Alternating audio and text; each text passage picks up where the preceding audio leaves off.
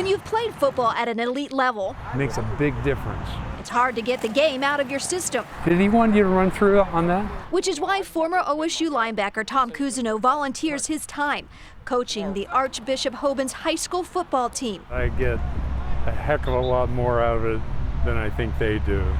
I love it. It's been more than 40 years since Cousineau last wore the scarlet and gray, and he now considers himself a non-football football guy. I'll go to a game at Ohio State and I give my tickets away. In his Akron home, there are no sports memorabilia of his OSU or NFL careers. The only award, the Bronco Nagurski Award he received last year. And Casey, His life since leaving football, mostly what I did was Mr. Mom. Tom took care of his 2 girls while his wife, an OBGYN, pursued her career. What was that like? Who did their hair in the morning and who? I did. No, I'm good. I'm a pretty awesome braider. Although Lisa really took issue with how I was dressing them in the beginning. She said, "Tom, they're not boys. You know, they had baseball caps on backwards." Cousineau played for the legendary Woody Hayes. His favorite Buckeye moment, one before he officially became a Buckeye, when Coach Hayes recruited him.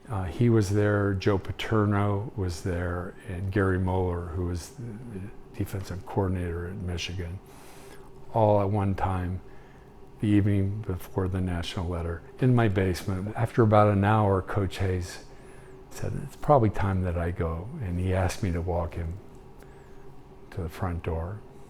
Very smart. And we get there, and he turns around and he said, "I'd like to be back at 6:30 tomorrow morning. Are you ready to be a Buckeye?" I said, "I am, Coach." He said, "Good." He said, "Now go downstairs and tell those sons of to get the hell out." Cousineau's last game with the Buckeyes, of course, the infamous 1978 Gator Bowl, where Hayes punched Clemson linebacker Charlie Ballman. All Coos would say about that is Coach Hayes had health issues. Historically, and this is not an excuse,